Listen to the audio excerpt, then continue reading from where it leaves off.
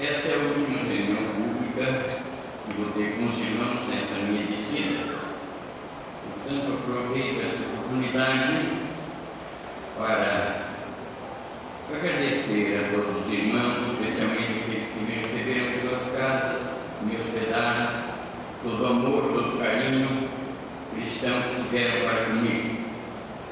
E a todos os irmãos, a todas as irmãs, a todos os amigos, o meu muito obrigado, muito sincero, por toda a bondade e toda a paciência que todos têm revelado para comigo. Vamos, meus irmãos amados, abrir as nossas Bíblias no Evangelho de nosso Senhor Jesus Cristo, escrito por João, o evangelista, em seu capítulo 3, para lermos o texto sagrado, alguns versículos. Evangelho de Jesus, escrito por João, o evangelista, capítulo 3, principiando a leitura pelo versículo 1. Vamos ler a palavra de Deus. Com toda a reverência, nós vamos nos colocar de pé para lê-la e para ouvir.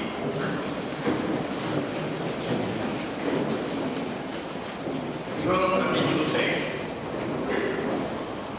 E havia entre os fariseus um homem chamado Nicodemos, príncipe dos judeus. Este foi ter de noite com Jesus e disse-lhe: Rabi, bem sabemos que és mestre vindo da parte de Deus, porque ninguém pode fazer os sinais que tu fazes, se Deus não for com ele. Jesus respondeu e disse-lhe: na verdade te digo, que aquele que não nascer de novo não pode ver o reino de Deus. Disse-lhe Nicodemos: como pode um homem nascer sendo velho? Pode, porventura, entrar no ventre de sua mãe e nascer? E Jesus respondeu e disse-lhe: todo aquele que não nascer da água e do Espírito não pode entrar no reino de Deus. O que é nascido da carne é carne. Não te maravilhes de eu te ter dito, necessário vos é nascer de novo.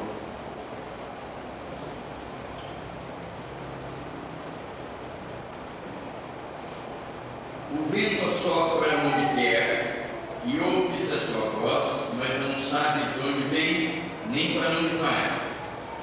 Assim é todo aquele que é nascido do Espírito. Podemos responder e disse-me: como pode ser isso? Jesus respondeu e disse-lhe: tu és mestre em Israel e não sabes estas coisas?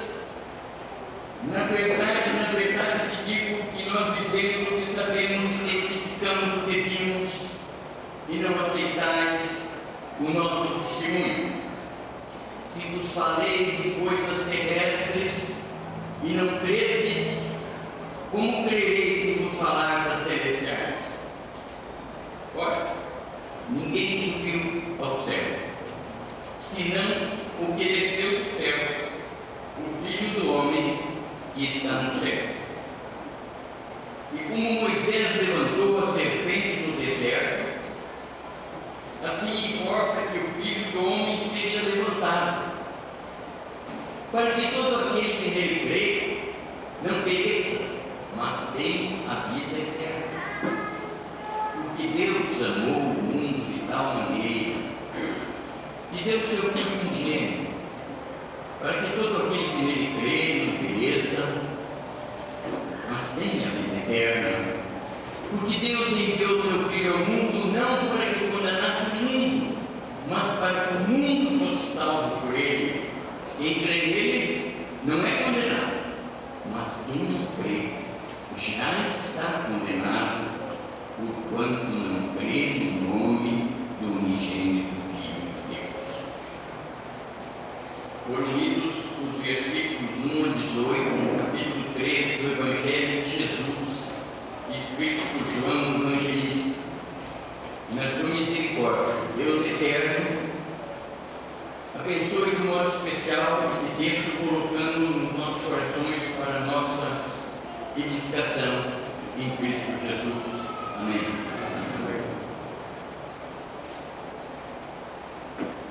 Eterno Deus, Criador dos céus, da terra e de tudo que neles há,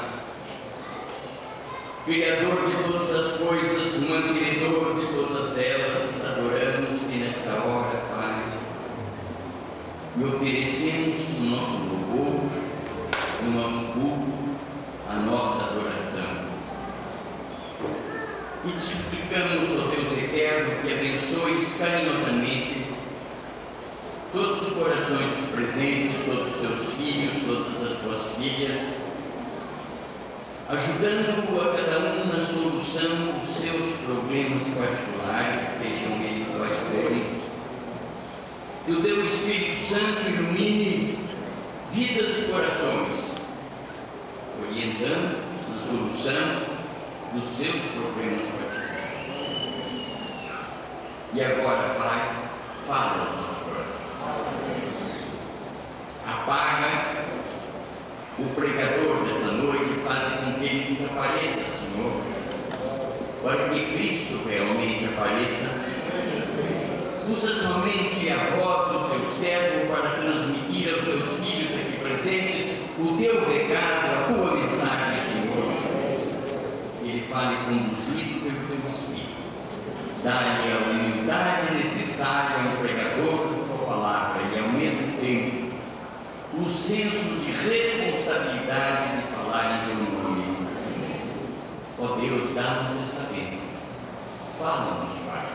Queremos ouvir a tua palavra e não a palavra do homem. Em nome de Jesus. Amém. Vamos assentar.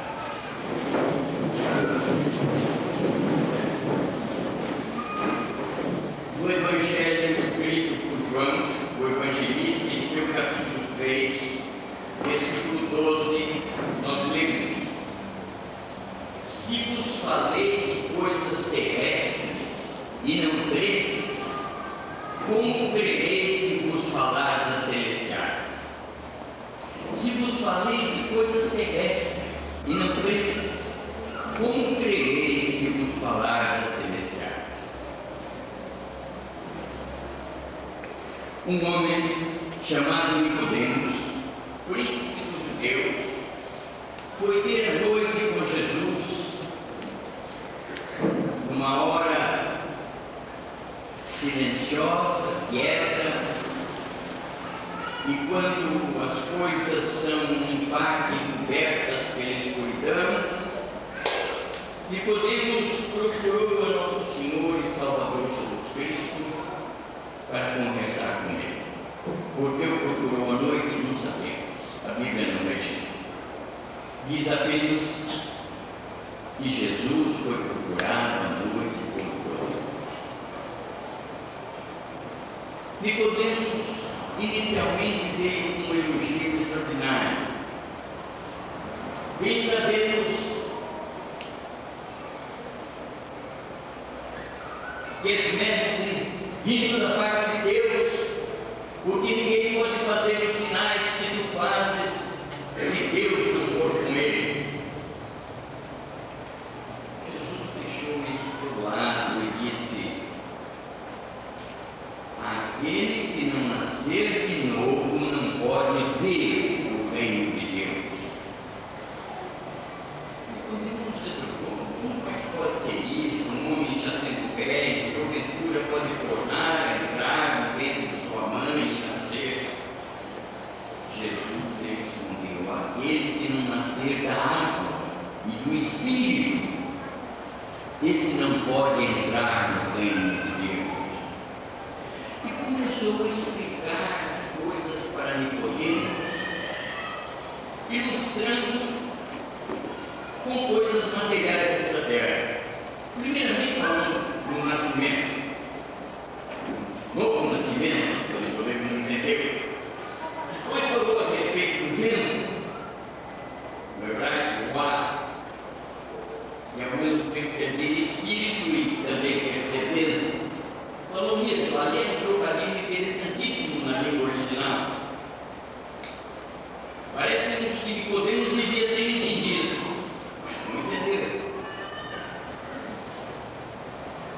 Então, meus irmãos, Jesus disse a ele uma coisa interessante: se eu vos falei de coisas terrestres, materiais, sensíveis, visíveis, e não cresces, como crereis se vos falar das celestiais?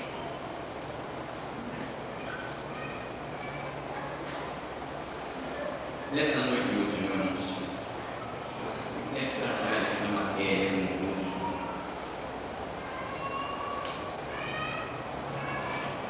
Submetendo-a ao seguinte tema: do lado de lá. Desejo falar sobre o lado de lá, meus irmãos amados, porque muitas vezes eu tenho visto aqui na terra pessoas que até com certa arrogância dizem: ninguém sabe o que há do lado de lá, porque ninguém ainda foi até lá e tocou aqui para nos contar o que é que existe do lado de lá. Será que não sabe mesmo? Dizem: ninguém sabe. Não sabe quem não conhece a Bíblia, não sabe quem não conhece a palavra de Deus, não sabe quem não conhece o ensino claro de nosso Senhor Jesus Cristo.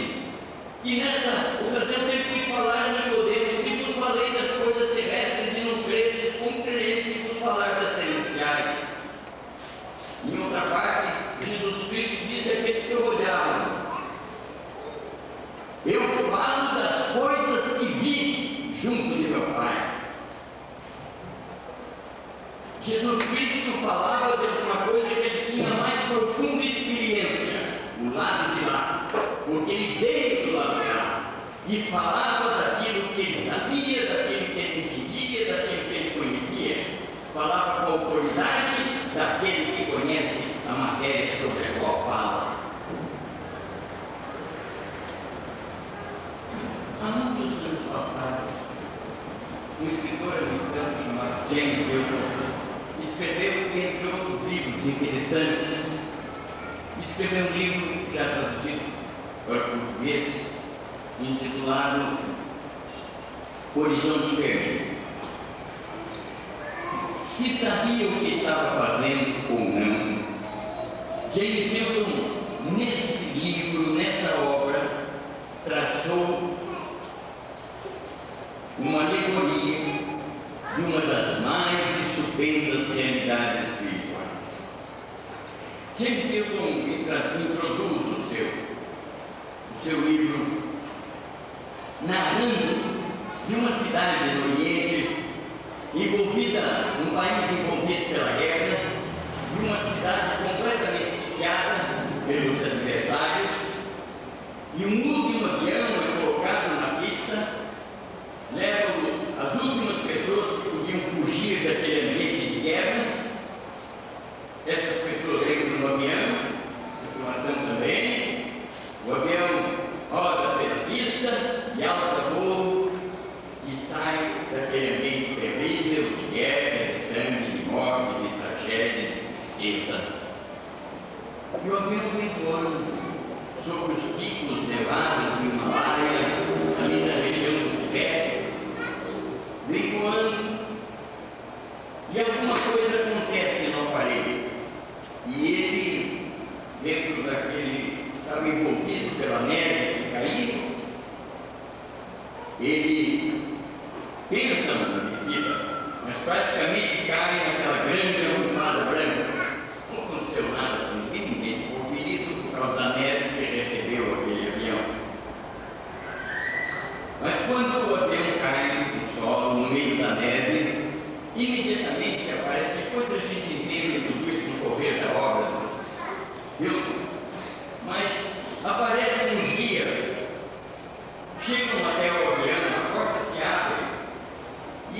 aqueles náufragos do ar, chamemos assim, vão descendo um a um, vão formando ali uma fila, então seguem aqueles guias, eles os seguem pelo meio da neve, pelo meio daquela tempestade de neve, do vento volante, do frio, vão seguindo por uma trilha que os guias vão abrindo no meio da neve. Então eles chegam à porta de um grande túnel, chegam à porta daquele túnel, os guias entram por ali e aqueles que caíram no avião os acompanham. Caminham, chegam a outra extremidade do túnel. Então é uma coisa fantástica, porque eles chegam num país simplesmente maravilhoso, que James Hilton dá o nome de Shangri-La. É um país diferente. Para trás do túnel, para trás daqueles píncaros nevados, tinha ficado o vento frio, a tempestade de neve, tinha ficado os horrores da guerra, o troar da metralha, o bombar dos canhões, o sangue, a morte, a tragédia, tudo tinha ficado lá para trás. Eles agora entraram num lugar, chegaram a um lugar maravilhoso. Era um país completamente diferente, cheio de paz, cheio de serenidade, flores por toda parte, um ambiente perfumado invadia aquele local. Paz e serenidade. Era um país diferente, um país onde o tempo não contava, onde não havia enfermidades, não havia dores, não havia lágrimas, não havia morte. Um país onde todos eram jovens, não havia velhice. Uma pessoa com 900 anos de idade era uma pessoa jovem, inteiramente jovem. Shangri-La. Se sabia ou não, James Hilton traçou com a sua pena uma alegoria extraordinária de uma das mais estupendas realidades do lado de lá, a vida pura. Meus irmãos amados, nesta noite eu queria considerar convosco este texto, porque muita gente diz que não sabe o que é do lado de lá. Muitos dizem, ninguém sabe. No entretanto, nosso Senhor e Salvador Jesus Cristo deu um testemunho poderoso. Nós dizemos o que sabemos e testificamos o que vimos dizer, e não aceitais o nosso testemunho. O Senhor Jesus disse: na casa de meu Pai há muitas moradas, se assim não fosse, eu vou teria dito, eu vou preparar o lugar. E quando eu for e vos preparar o lugar, eu virei novamente e tomar-vos-ei para mim mesmo, para que onde eu estiver estejais vós também. Do lado de lá, segundo o ensino de nosso Senhor e Salvador Jesus Cristo, a vida e vida abundante, vida feliz e eterna na presença de Deus para aqueles que pertencem a Ele, vida trágica, infeliz e perdição eterna para aqueles que sempre resistiram ao Espírito Santo de Deus e sempre viveram longe de Deus aqui na terra. Do lado de lá, vida para os salvos e vida para os perdidos. Ao menos isso é o que a minha Bíblia ensina com toda clareza, e eu espero que a vossa não seja diferente da minha. É o que a palavra de Deus ensina, é o que Jesus ensinou, é o que os apóstolos ratificaram e ensinaram também. Do lado de lá, aqui. Uma das coisas mais sérias com referência ao lado de lá é a viagem para o lado de lá. Há muita gente que se apavora diante da boca do escuro túnel que leva muitas pessoas para um lugar onde elas não sabem. Há muita gente que não se morrer não sabe para onde vai. Então a coisa é realmente difícil. se para a partida para a grande viagem, a viagem que não tem volta, há tanto temor, é porque muita gente não sabe para onde vai. O temor de muitos é pelo desconhecido, pelo ignoto, pela coragem ignorada, porque não sabem realmente o destino. Tenho encontrado aqui na Terra múltiplas pessoas com um verdadeiro pavor da morte, com um verdadeiro horror da morte. Inúmeras pessoas jovens, rapazes e moças, homens e mulheres, pessoas idosas. O temor da morte não escolhe idade, escolhe as pessoas que não sabem para onde vão, e partir para uma viagem sem destino certo é muito triste. Quando nos anos passados eu estava evangelizando na cidade de Nepomuceno, no sul de Minas Gerais. Lá na cidade, havia pequena cidade no interior de Minas, havia uma senhora, nós a chamávamos de Sinhana, porque ela era Ana. Sinhana era uma pessoa cujas faculdades mentais não funcionavam lá muito bem. E ela vivia o dia todinho com uma saia muito comprida, um vestido muito comprido, arrastando ali pela cidade, de um lado para outro, andando de um lado para outro, de um lado para outro. Encontrava alguém, conversava um pouco, conversa meio descabida, era assim. Coitado Sinhana. Um dia eu estava hospedado na casa do Dr. José Veiga e, após o almoço, eu me sentei perto de uma daquelas janelas baixas que havia lá e estava lendo um livro quando alguma coisa entrou mesmo muito perto da minha cabeça, assim, me assustou. Eu olhei que era a Sinhana que havia enfiado a cabeça lá para dentro. E eu perguntei: o que é a Sinhana? Ela disse: o sino da igreja está tocando. O sino da igreja está tocando. Será que morreu alguém? De fato, o sino estava ficando afinado. Será que morreu alguém? Eu disse: sim, ela faleceu, sim, uma pessoa aí. Quem é? É homem ou é mulher? Eu falei: é homem, é aquele negociante lá da entrada da cidade, faleceu, não se ajudava agora. Eu falei: bom, se é homem, então está melhor. O que é que está melhor, Sinhana? Porque quando diz que é homem, eu entendo que a morte está um pouquinho mais longe de mim. Agora, quando é mulher que morre, eu entendo que a morte está mais perto de mim. Sinhana, a senhora tem medo da morte? Eu? Da morte? Ixi, eu tenho tanto medo que só de medo eu quase morro.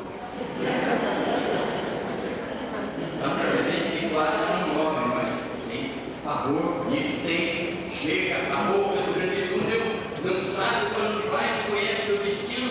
Então, a viagem para o lado de lá, para essa criatura, é alguma coisa simplesmente pavorosa, simplesmente horrorosa. Meus irmãos, aqui na Terra, quando nós vamos viajar para qualquer lugar, para qualquer banda, nós nos preparamos para a viagem, sabemos o que vamos fazer e sabemos onde é que vamos. Se nós vamos uma ida rápida, então nós juntamos apenas algumas peças de roupa que precisamos e com uma maleta e partimos. Se a viagem vai ser mais demorada, se nós vamos ter que passar muitos dias lá, então pegamos alguns objetos de uso pessoal necessários, pegamos algumas mudas de roupa a mais, e tudo isso e viajamos. Mas se nós vamos para o exterior, a coisa se complica um bocado mais. Se nós vamos entrar em outros países, então precisamos tratar da papelada, precisamos tratar do passaporte, precisamos tratar do visto nas embaixadas do consulado desse país que nós vamos visitar. Por quê? Para facilitar as coisas, para não complicar a nossa vida lá no exterior. Precisamos estar com a documentação em ordem.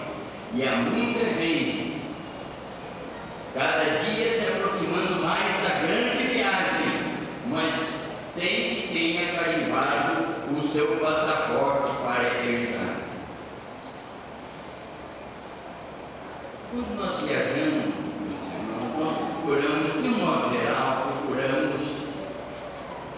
nos preparar para a viagem, escolher uma condução adequada.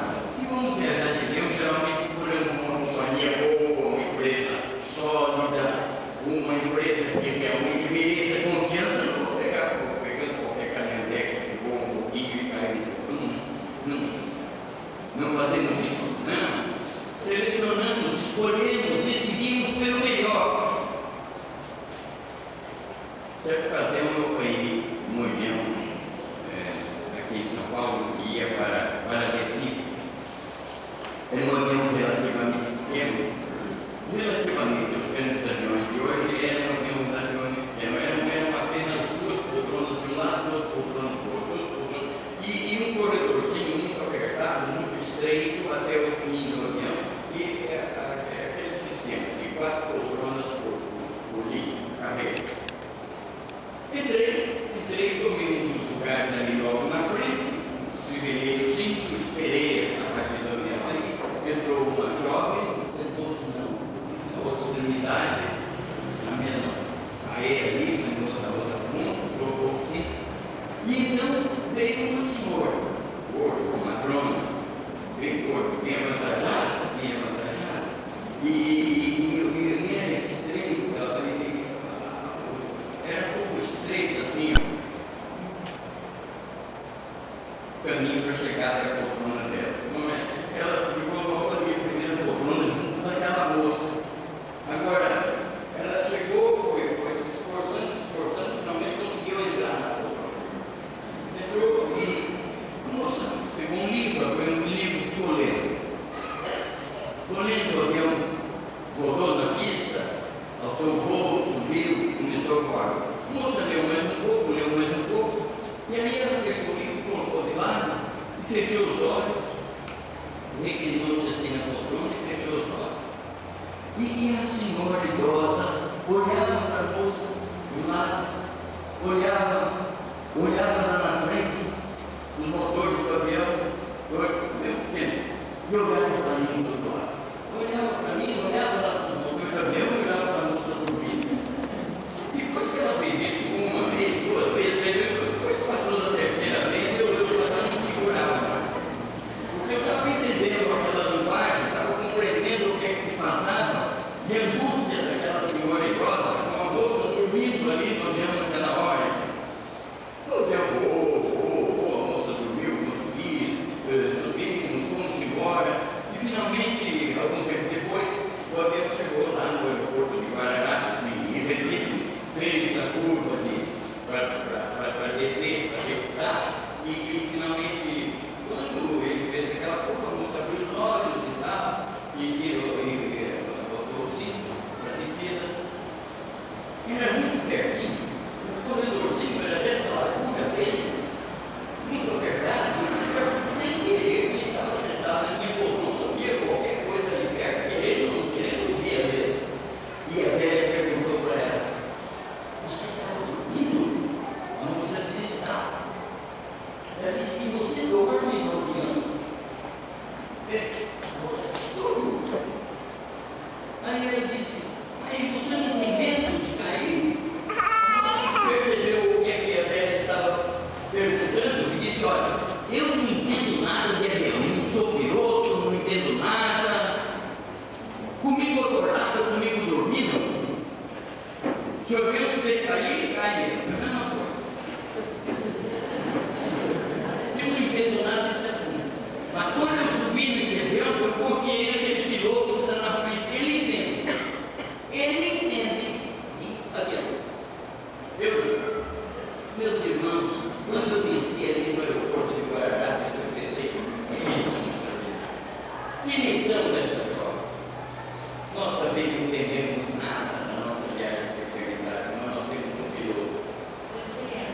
piloto que sabe conduzir o aparelho até o conforto. Quando nós tomamos esse avião, nós confiamos no piloto, não é nosso, não é nos nossos merecimentos, não é na nossa vida, não é nos nossos atos bons, extraordinários, não é nada disso. Nós confiamos no piloto que nos está conosco. Meus irmãos, quanta gente que parte para lá. Para o materialista, a morte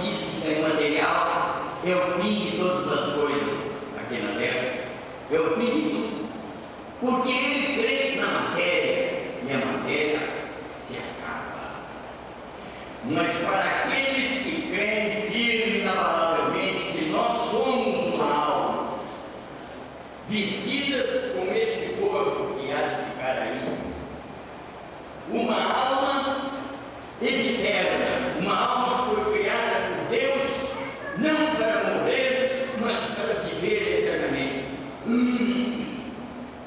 Para aqueles que creem nessa alma e creem mais na salvação graciosa que há na pessoa de nosso Senhor e Salvador Jesus Cristo, e que no caminho da vida podem abrir o seu coração e aceitar real e verdadeiramente a nosso Senhor e Salvador Jesus Cristo como seu único e eterno Salvador. Para essas pessoas, a partida deste mundo é uma coisa maravilhosa, porque nós largamos este corpo alterado pelos anos, pelas enfermidades, pelas doenças da terra, largamos este corpo e partimos nos braços amoráveis de nosso Senhor e Salvador Jesus Cristo para a grande e feliz aventura, a viagem para a eternidade feliz, para a verdadeira vida que há no lado de lá. Para maneira dessa morte pode ser fim. Lamentavelmente não é para ele. Fosse um fim e talvez as coisas fossem melhores para ele, mas do lado de lá a vida, e para a criatura que não está salva por Cristo, esta eternidade é uma eternidade tragicamente feliz.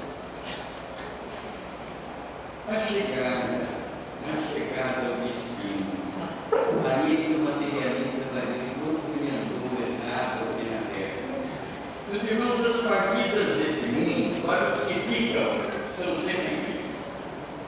Eu, durante alguns anos, tive o privilégio de pastorear a Igreja Central de Santos, e eu me lembro que muitas vezes eu tive que ir aqui ao Porto de Santos, ou para buscar alguém, algum colega, algum irmão, alguma pessoa conhecida, amiga, parente, que chegava dos Estados Unidos, ou da Europa, ou do Chile. Me lembro que várias vezes eu fui ao Porto para esperar alguém chegar. E outras vezes eu fui convidado a ir ao Porto para levar alguém que ia para Portugal, levar alguém que ia para a Europa, levar alguém que ia para os Estados Unidos. E eu vi então duas cenas completamente diferentes aqui no Porto de Santos. Várias vezes eu assisti isso. Quando eu ia levar alguém que ia partir para uma viagem, para um país no exterior, chegava lá, a pessoa embarcava, as pessoas que embarcaram geralmente ficavam lá em cima do convento do navio, dando a Deus para se ficarem aqui embaixo, no cais. E havia uma cena muito desagradável e triste, porque tanto lá em cima como aqui embaixo, os lenços, especialmente das madamas, funcionavam de modo extraordinário. Era choro lá em cima, era choro aqui embaixo.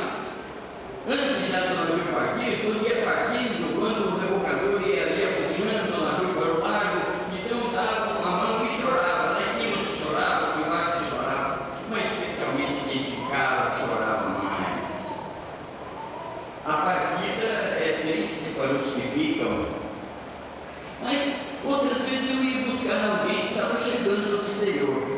E então, um quadro completamente diferente, eu não via ninguém chorando. Não, todo mundo sacudindo os braços lá de cima, no convés do navio, aqui embaixo, no corpo, pessoas se sacudiam também, se cumprimentando, alegria lá em cima, alegria aqui embaixo. Mas para que haja alegria da chegada, é preciso que haja tristeza da partida. Não se chega sem antes partir. Meus irmãos, isso foi uma das coisas que mais me confortaram. Essa foi uma delas. Quando eu vim partir para a eternidade, meu pai, que era um crente extraordinário, mamãe, quando vim partir para a eternidade, meu irmão Oswaldo, meu irmão Eduardinho, todos fiéis crentes em Cristo, de uma fé inabalável. Eu dou graças a Deus por isso, porque eu tenho certeza que vou me encontrar com eles do lado de lá, de um modo diferente, como anjos de Deus, segundo a Escritura nos ensina, mas vou me encontrar com eles. Essa é a minha convicção na palavra. Eu, quando vi ele no caixão, a pessoa sabia, aquele corpo acabou. A pessoa já tinha partido e vivia do outro lado, e estava com Jesus. Eu espero encontrar não só com essas pessoas, mas também outros que partiram antes e depois.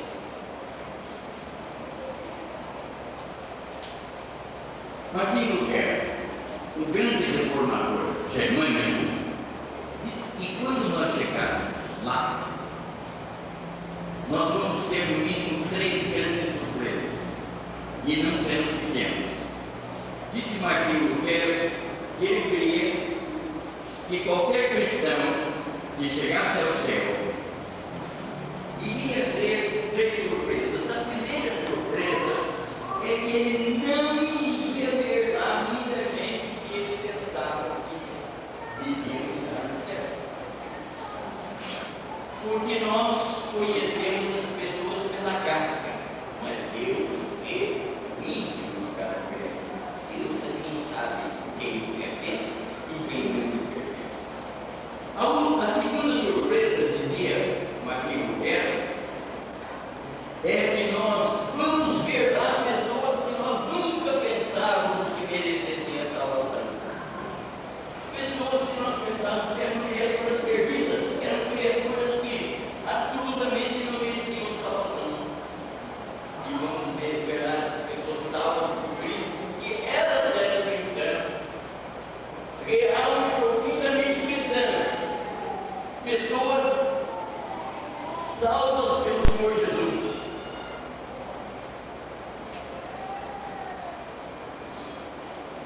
E nós pensávamos que aquelas pessoas não eram cristãs, não eram crentes, não mereciam a salvação, porque nós olhamos pela casca, olhamos a parte externa, conhecemos a parte externa, mas não conhecemos o coração.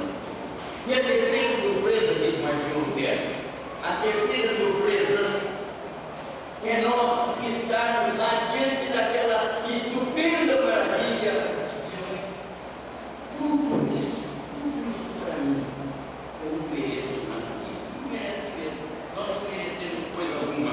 Se alcançamos a glória da salvação, ou é pela graça de nosso Senhor e Salvador Jesus Cristo.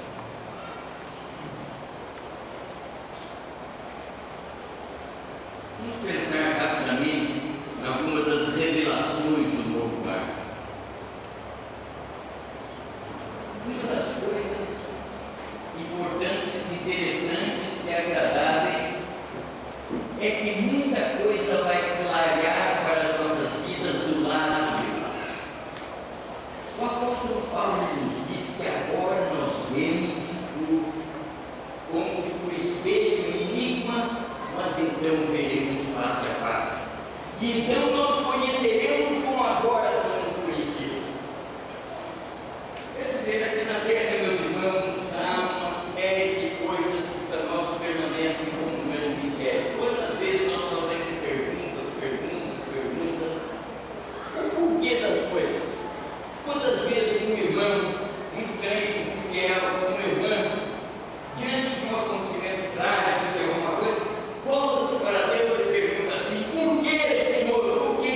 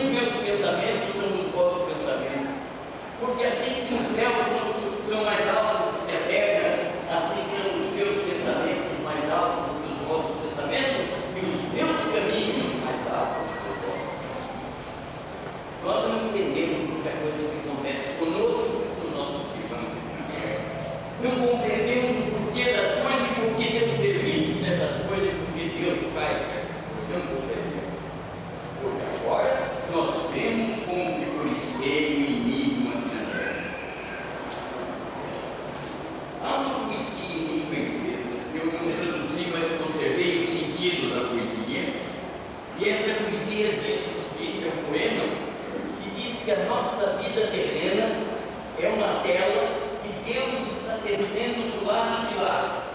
E nós, aqui na terra, na nossa vida terrena, pegamos a nossa própria vida pelo avesso. Então vemos aquelas linhas soltas que não entendemos, vemos aqueles nós em lugares inconvenientes e não entendemos, vemos aquelas cores que não combinam e não entendemos. Quantas provações e quantos acontecimentos da nossa vida que nós não podemos entender, porque nós estamos vendo a nossa vida pelo avesso. Mas vamos passar para o lado de lá. Então vamos entender a razão, os motivos, por quê?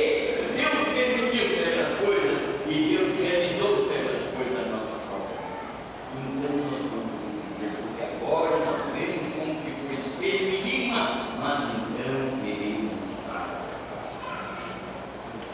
Ah, meus irmãos, a glória da vida futura é alguma coisa extraordinária, como diz o apóstolo Paulo. Ele diz que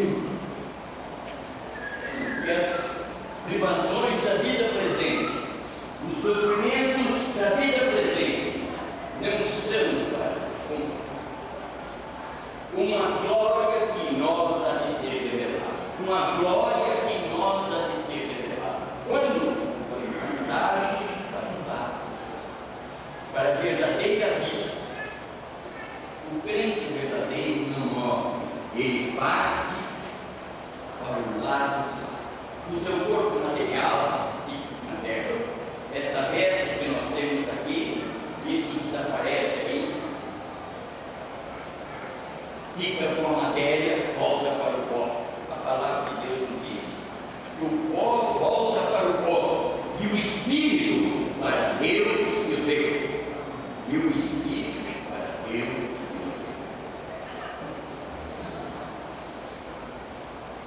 Alguns anos passados, o reverendo Samuel Martins Barbosa, e naquele tempo o pastor da igreja do Jardim de São Paulo, me convidou para irmos até a ilha de São Sebastião e lá em Ilhabela realizarmos a cerimônia de casamento. E nós fomos com o teu automóvel e partimos de São Paulo, nós chegamos no alto da serra, almoçamos lá, íamos descer até a serra e era um dia muito claro, muito límpido. Então, no alto da serra, nós enxergamos aquela imensidão verde, azulada, a imensidão do mar. Toda a floresta ali, aquela batalha imensa na serra do mar, e lá embaixo do mar, que o Samuel Barbosa olhou para mim e disse: sabe, o céu tem que ser um lugar muito bonito, para superar algumas das belezas que a terra nos oferece. Eu disse: pois é, porque Deus mostra a pontinha do seu dedo mínimo. Você diz isso. Porque se ele não mostrasse nada, como é que haveria comparação? Não haveria possibilidade. Então aí está a glória do Criador revelada às criaturas humanas e a promessa da grande e eterna felicidade no verdadeiro lugar. Aquele lugar, segundo a promessa bíblica, é um lugar diferente de tudo que nós conhecemos aqui na terra. Vamos deixar que a Bíblia fale um pouco em lugar do pregador? E vi um novo céu e uma nova terra, porque já o primeiro céu e a primeira terra passaram e mais não existe. E eu, João, vi a cidade santa, a nova Jerusalém, e ouvi uma grande voz do céu que dizia: eis aqui o tabernáculo de Deus com os homens, pois com eles habitará, e eles serão o seu povo, e o mesmo Deus estará com eles e será o seu Deus. E Deus limpará de seus olhos toda lágrima, e não haverá mais morte, nem pranto, nem clamor, nem dor, porque já as primeiras coisas são passadas. E mostrou-me o rio da água da vida, claro como que prosseguia do trono de Deus e do Cordeiro. E ali nunca mais haverá maldição contra alguém. E nela estará o trono de Deus e do Cordeiro. E os seus servos servirão, e verão o seu rosto, e nas suas testas estará o seu nome.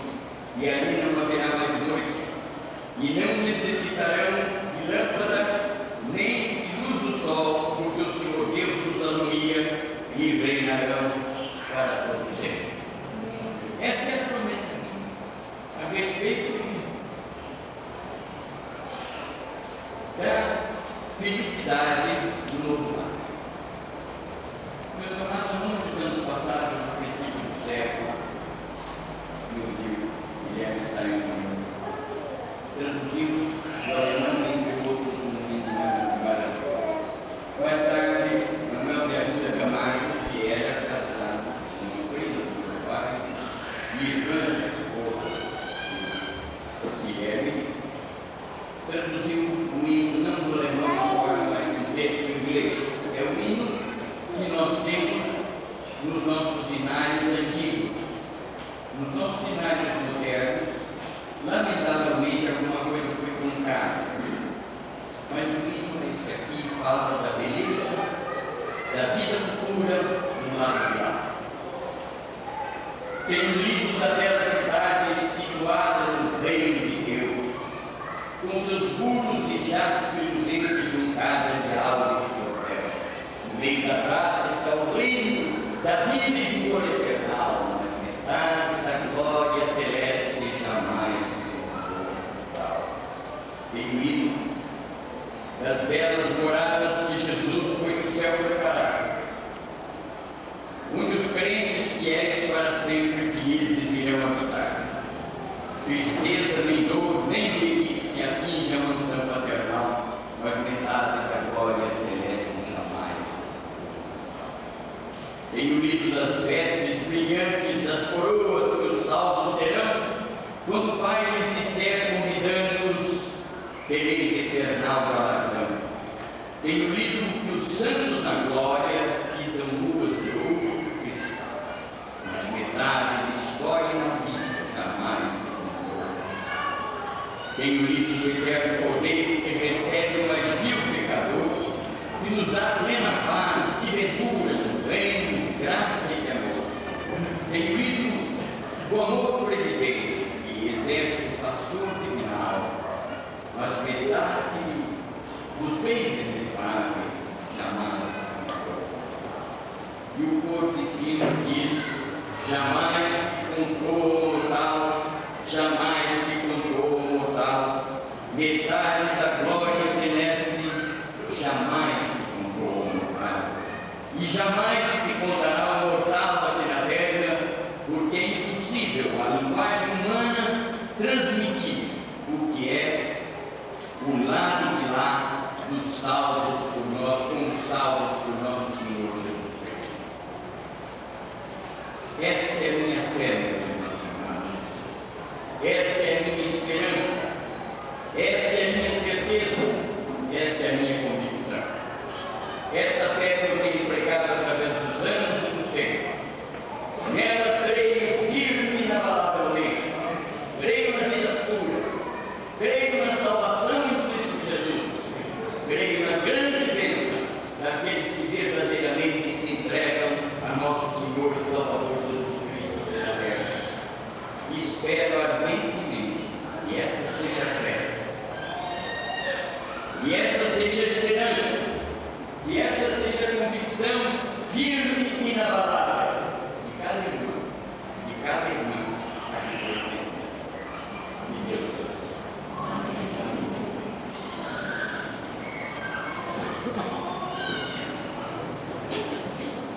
Vamos embora, o canto que irmão será colocado no método do Jorge.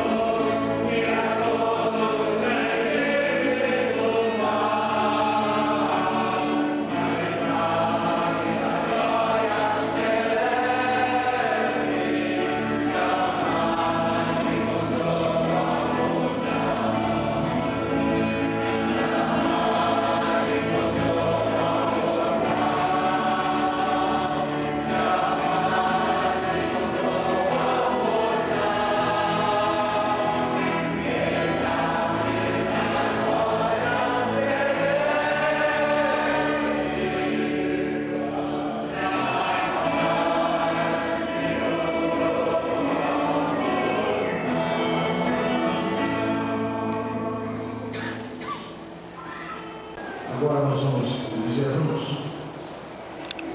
Amados irmãos, vou ler aqui. Gostaria que a igreja estivesse repetindo comigo a seguinte oração. Eu vou ler e a igreja repete. Bendito seja o teu nome, ó Deus de majestade infinita.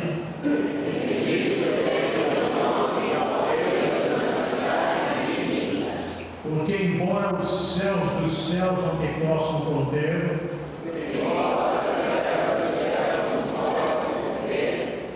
condescendes em morar conosco. Nos dias antigos, foste servido, ordenar que edificassem casa.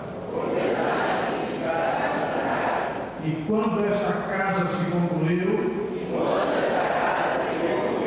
disseste ao teu servo Salomão,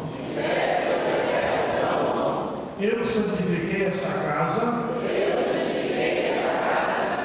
e me edificaste, para nela estabelecer para sempre meu nome. E nela estarão sempre os meus olhos e o meu coração.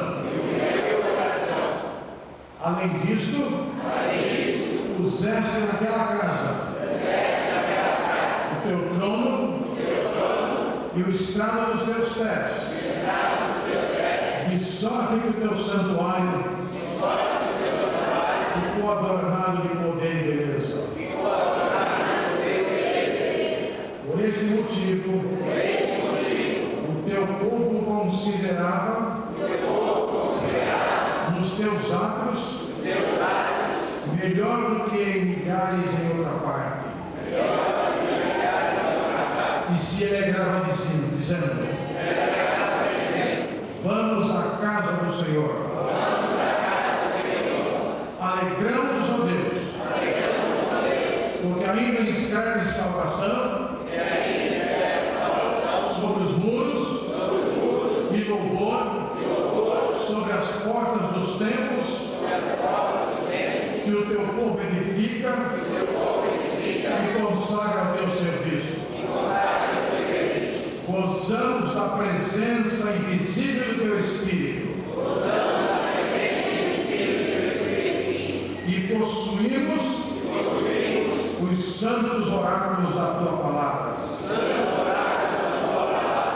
Tu ordenas que nos reunamos para te darmos culto e determina que os homens sejam salvos pela loucura da pregação. Fazes também promessas aos que se reúnem em teu santo nome. No nome do teu Filho bendito. Agora, pois, ó Deus, apresentamos-te esta casa que edificamos e a dedicamos solenemente a ti. Nós a consagramos ao teu culto, para oferta de orações e ações de graça, para o sacrifício de corações contritos e humilhados, para a leitura e a audição da tua santa palavra, para a exposição dos oráculos celestes, para a ministração dos sacramentos instituídos por Jesus. Enche esta casa com a tua glória. Em nome de Jesus. Amém. Vamos orar com o pregador da noite, seremos despedidos com a bênção apostólica, será impetrada pelo governo Chico Mangue.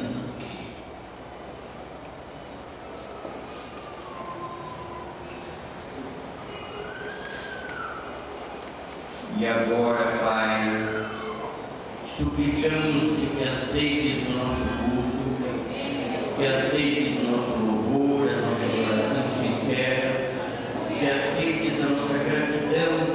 pela existência desse tempo e aceites a nossa gratidão, sobretudo pelos grandes que aqui morejam. Ó Deus, despede-nos agora com a tua bênção e a tua paz para os nossos lares e leva-nos guardados pela tua proteção e pelo teu cuidado paternal. Que a graça eterna de